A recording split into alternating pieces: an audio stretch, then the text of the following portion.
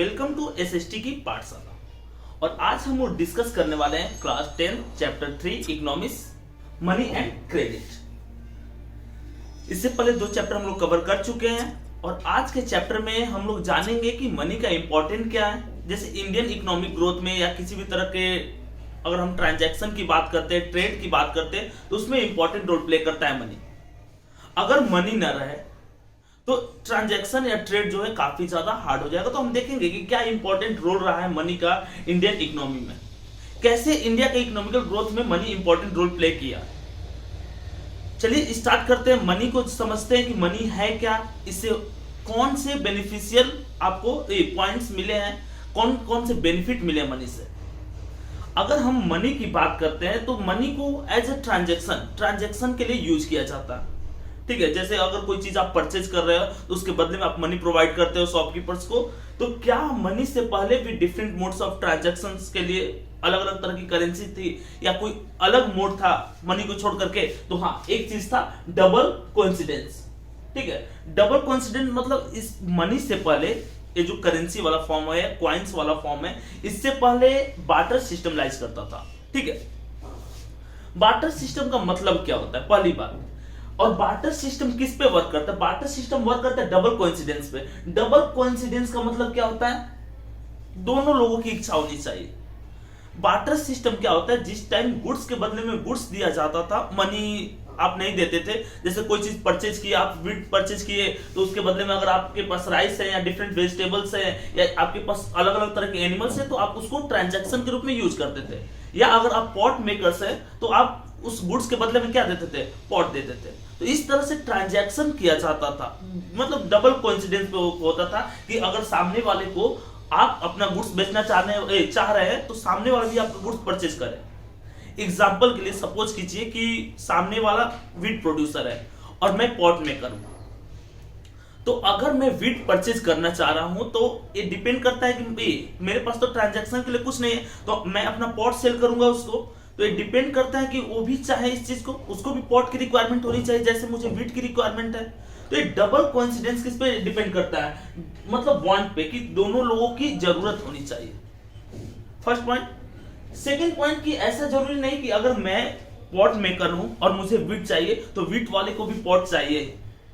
इस तरह से ट्रांजैक्शन काफी ज्यादा हार्ड होता था। या अगर मुझे ट्रांजैक्शन करना है तो मुझे ऐसे लोग को परचेज करना पड़े, ऐसे लोग को हमको लोग से कुछ गुड्स परचेज करना पड़ेगा जिसको पॉट की रिक्वायरमेंट हो, और जो उसके पास गुड्स है वो व्हीट प्रोड्यूसर्स की रिक्वायरमेंट हो।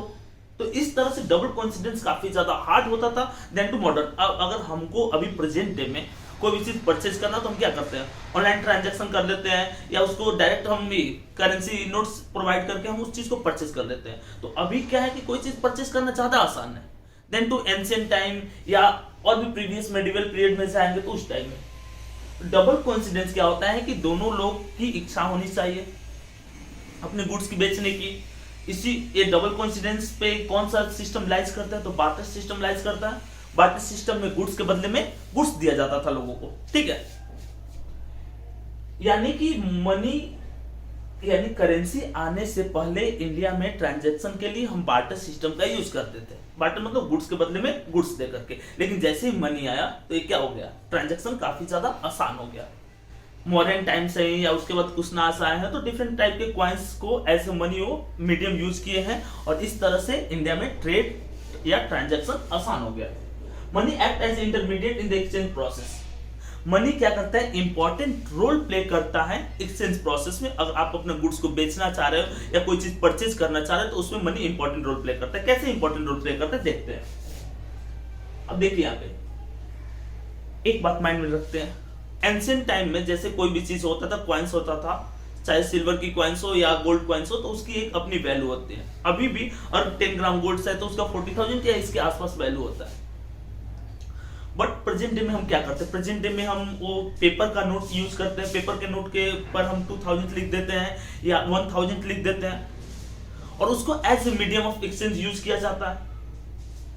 तो जबकि उस पेपर की हम एग्जैक्ट वैल्यू देखेंगे तो उतना ज्यादा नहीं होता, 4 5 या 10 रुपए उसका मुश्किल से वैल्यू होगा, उतना भी नहीं होगा, लेकिन उसको एज ए 2000 हम मार्क करके रखते हैं। इसका मतलब क्या होता है कि हमारी कंट्री की जो ऑर्गेनाइजेशन है जैसे आरबीआई है या फाइनेंस मिनिस्ट्री है, वो ऑथराइज्ड होती है और वही इशू करती है ऐसे नोट्स को, जो जिसको हम ट्रांजैक्शन के लिए यूज कर सकते हैं। दूसरी बात कि कंट्री के हर लोगों को एज अ ट्रांजैक्शन उसको यूज करना है, कोई भी उसको लेने से रिफ्यूज नहीं कर सकता है।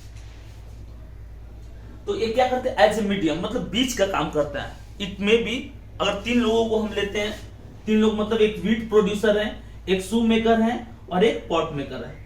तो अगर हम बार्टर सिस्टम से इसको कंपेयर करते हैं तो बार्टर सिस्टम में क्या होता था, सपोज कीजिए कि मैं शू मेकर हूं, मुझे वीट चाहिए, ठीक है, लेकिन वीट वाला जो है इसको शू नहीं चाहिए, इसको चाहिए पॉट, ठीक है, तो मैं क्या करूंगा, और पॉट वाले को क्या चाहिए, शू चाहिए, तो पहले पॉट वाला मेरे से शू लेगा, फिर ऐसे मतलब ट्रांजैक्शन थोड़ा सा कॉम्प्लिकेटेड हो जाएगा। इसीलिए डबल कोइंसिडेंस में का एक निगेटिव पॉइंट ये था कि मुझे जो चीज सेल करनी है सामने वाले को चीज नहीं चाहिए था। जबकि मनी से क्या हुआ कि अगर सपोज कीजिए कि मुझे वीट सेल करना है तो हम क्या करेंगे, अपना शू मार्केट में सेल कर देंगे, उससे पैसा ले लेंगे और पैसा से हम वीट ले सकते हैं, ठीक है। तो इस ऐसे जाकर के मनी जो है एज ए मीडियम हम यूज किए हैं और काफी ज्यादा आसान हो गया है ट्रांजैक्शन, ठीक है। It is called the medium of exchange. Money को क्या कहा जाता है, 1 मार्क क्वेश्चन, मनी को मीडियम ऑफ एक्सचेंज भी कहा जाता है। अगर हम बात करते हैं मॉडर्न फॉर्म ऑफ मनी की कि प्रेजेंट डे में कौन कौन से फॉर्म में ट्रांजैक्शन होता है, तो है आपकी करेंसी, पेपर नोट्स, क्वाइंस, इसके साथ साथ अभी अगर 2020 की बात करेंगे तो कैशलेस ट्रांजैक्शन भी हो रहा है, फोन पे, भीम, इन सब के थ्रू। यानी एक क्या है, मनी जो है मीडियम ऑफ एक्सचेंज है, इससे हम ट्रांजैक्शन कर सकते हैं और ये काफी ज्यादा आसान है। In India the reserve bank of India, एक क्वेश्चन आप देखोगे, आरबीआई का full form reserve bank of India, ये आरबीआई का, और ये आरबीआई के पास ही ऑथोरिटी होती है ऐसे करेंसी जारी करने का। जैसे 2000 का नोट हो गया आपका, 500 का, 100 रुपीज, 50 रुपीज, 20 रुपीज, इन सब का नोट कौन जारी करता है, आरबीआई। लेकिन अगर हम बात करते हैं क्वाइंस की, जैसे 1, 2, 5 या 10 रुपीज क्वाइंस की बात होगी, तो क्वाइंस जो है वो फाइनेंस मिनिस्ट्री जारी करती है। इसका मतलब क्या होगा कि इंडिया में अगर मनी की बात करेंगे कि मनी को कौन जारी करता है, कौन इशू करता है, तो मनी को 2 अथॉरिटी इशू करती है, एक है आपकी आरबीआई और सेकंड की बात करेंगे तो फाइनेंस मिनिस्ट्री है। दोनों मिल करके मनी को इशू करती है, ठीक है।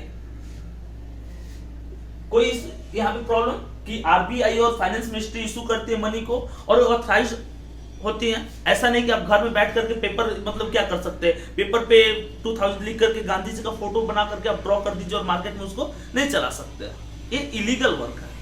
ये ऑथराइज जैसे आरबीआई या फाइनेंस मिनिस्ट्री अगर उसको जारी किए तभी जाकर के वो as a transaction medium use होगा, ठीक है। मनी क्या है, इंटरमीडिएट एक्सचेंज ऑफ प्रोसेस है। स्टार्टिंग स्टेज में किस चीज पे ट्रांजैक्शन लाइज करता था, तो बार्टर सिस्टम यानी डबल कोइंसिडेंस पे लाइज करता था, लेकिन इसके एक बड़े ड्रॉबैक थे कि इसमें लैक ऑफ वांट्स था। सेकंड पॉइंट कि लैक ऑफ वांट्स के साथ साथ जो एक तरह से मेजर बोलेंगे कि मेजरमेंट में भी इसकी प्रॉब्लम थी। एग्जांपल के लिए अगर सपोज कीजिए कि एक गाय के बदले में अगर 1 काऊ के बदले में 2 हॉर्स आपको दी जाती है, ठीक है, लेकिन मुझे चाहिए 1 हॉर्स, तो ऐसा नहीं है कि हम काऊ को कट करके देंगे या ऐसा कुछ करके, यानी अमाउंट तो हम छोटा नहीं कर सकते। या इट में भी मैं शू में करूं, ठीक है, ये वीट है, मुझे 1 kg क्या चाहिए, 1 kg वीट चाहिए या मुझे ½ kg वीट चाहिए, जबकि 1 kg में 2 एक पेयर आपका शू का मिल रहा है। ऐसा नहीं है कि ½ kg वीट चाहिए तो बस हम एक पेयर उसको शू को देंगे ना, उसके लिए यूजेबल रहेगा।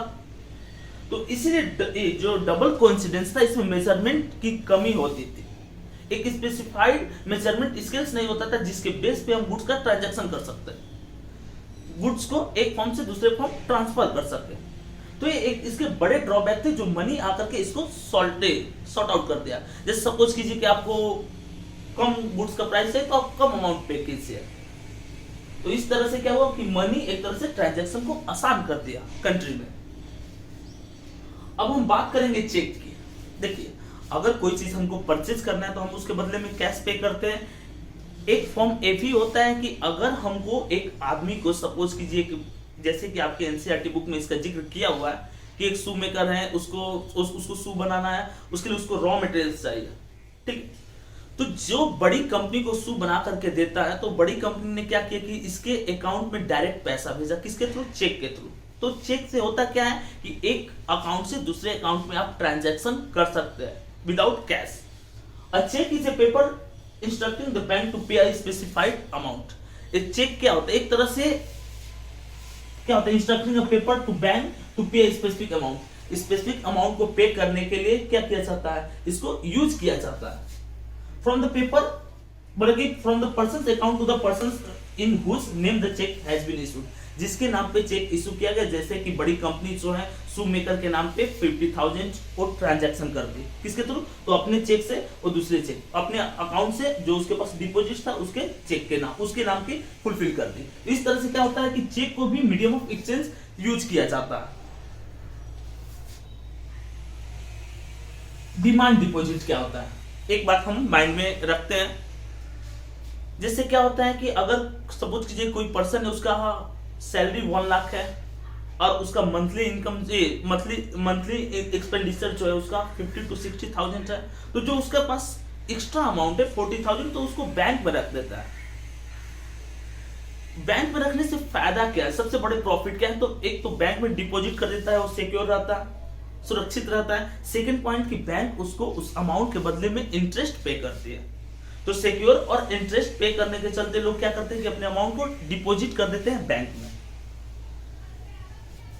Demand deposit share the essential feature of the money. अगर हम मनी की बात करते हैं, बैंकिंग सिस्टम की बात करते हैं, तो डिमांड डिपॉजिट जो है एक इंपॉर्टेंट रोल प्ले करता है उसमें, ठीक है। Currency and deposits are closely linked to the working of the modern banking system. कौन कौन से 2 पॉइंट है जो मॉडर्न बैंकिंग सिस्टम में क्लोजली लिंक्ड हैं और इसी के बेस पे वर्क करता है मॉडर्न बैंकिंग सिस्टम? तो आपके करेंसी और डिपॉजिट्स है। करेंसी और डिपॉजिट जो है एक दूसरे से लिंक है और इसी पे मॉडर्न बैंकिंग सिस्टम वर्क करता है, ठीक है। अब इन्वेस्टमेंट क्या होता है? इन्वेस्टमेंट की अगर हम बात करते हैं तो investment is the amount of money spend with the intention of earning income at a regular interval. Investment का मतलब क्या होता है कि अगर हम कहीं पे अपना अमाउंट इन्वेस्ट कर रहे हैं तो मेरा एक इंटेंशन होता है वहां पे कि हमको रेगुलर इंटरवल में उससे अर्निंग है। एग्जांपल के लिए कि अगर हम अपना 2 लाख अमाउंट जो है बैंक में रखे हैं, तो बैंक क्या करता है कि एक स्पेसिफाइड रेट पे हमको इंटरेस्ट पे करता है। एक तरह से ये भी क्या हुआ? इन्वेस्टमेंट हुआ कि हम बैंक में अलग अलग जो प्रोजेक्ट्स आते हैं, ठीक है, पॉलिसी आती है बैंक की कि इतना अमाउंट दीजिए, इतना साल बाद हमको इतना अमाउंट मिलेगा, तो वो भी एक इन्वेस्टमेंट का पार्ट होता है ताकि रेगुलर इंटरवल पे हमको क्या मिले? एक तरह से अर्निंग मिले। These days bank in India holds 15% of their deposit as cash. 15% deposit as a cash रखता है। जैसे बैंक करता क्या? आपसे अमाउंट लिया, आपने बैंक में डिपॉजिट किया अपना अमाउंट, और दूसरे को जैसे आपको आपके अमाउंट के बदले वो आपको 5% इंटरेस्ट दे रहा है। प्रीवियस चैप्टर में हम डिस्कस किए थे। वही अमाउंट वो दूसरे को दे दिया और उससे 8% इंटरेस्ट ले रहा है। तो जो डिफरेंस दोनों के बीच में 3% का है, यही बैंक का प्रॉफिट होता है। वो 15% बैंक अपने पास कैश रखता है और सारे उसके मार्केट में रहते हैं, किसी और को दिया रहता है, उसके बदले में हाई इंटरेस्ट लेता है, ताकि अगर सपोज कीजिए कि आपको रिक्वायरमेंट हो गई पैसे की, अब जाए बैंक तो बैंक पास तो होना चाहिए कि आपको पे कर दे। तो 15% वो कैश अपने पास रखता है, बाकी कैश उसके मार्केट में रहते हैं, ठीक। अगर हम क्रेडिट की बात करते हैं तो क्रेडिट क्या होता है? एक तरह से लोन का फॉर्मेट होता है जो बैंक आपको प्रोवाइड करता है, लेकिन इसके लिए वो बैंक क्या होना चाहिए? सिक्योर होना चाहिए कि बैंक को इस बात से कोई प्रॉब्लम नहीं होनी चाहिए। अगर बैंक को डाउट रहेगा कि आप फ्यूचर में नहीं पे कीजिएगा, आपको क्रेडिट आपको लोन देगा ही नहीं, बैंक इस बात से श्योर रहता है कि आप फ्यूचर में उस अमाउंट को पे कीजिएगा। Loan refers to an agreement in which the lender supplies the borrowers with money, goods और service in return for the promise of future payment. वो तभी आपको क्या करता है? अमाउंट देता है या गुड्स देता है ताकि आप फ्यूचर में उसको रीपे कर दे, वापस उसको लौटा दे। अगर बैंक को बिलीव ही नहीं होगा कि आप उसको वापस लौटाइएगा तो फिर आपको लोन देगा ही नहीं, ठीक है। अगर हम बात करते हैं डेब्ट ट्रैप की, या देखिए डेब्ट ट्रैप क्या हो जाता है, जैसे सपोज कीजिए कोई फार्मर है और फार्मर बैंक से लोन लिया, लोन लेने के बाद वो इसेंशियल गुड्स जो है अपने फार्मिंग एक्टिविटी के लिए परचेज किया, but it may be bad harvest, bad climate के चलते उसके क्रॉप्स फेल हो गए, जबकि उसने माइंड मेकअप कर लिया था कि क्रॉप्स मेरे अच्छे होंगे, उसके बाद जो मैंने बैंक से लोन लिया उसको रीपे कर दूंगा, but bad harvest, bad climate के चलते उसका क्रॉप फेल हो जाता है। उस एक क्या हो जाएगा कि पहले से वो डेप्ट में था, कर्ज में था, ऊपर से और ज्यादा बैंक से कर्ज ले लिया, तो उसको रीपे नहीं कर पाएगा, वापस नहीं लौटा पाएगा। तो क्या करेगा कि उसके पास जो लैंड है उसके कुछ पार्ट को सेल करके बैंक को वापस लौटाएगा। तो डेब्ट ट्रैप क्या होता है, जिसमें कि लोन को लौटाना काफी ज्यादा पेनफुल हो जाता है। Credit in this case pushes in borrower into a situations from which recovery is very painful।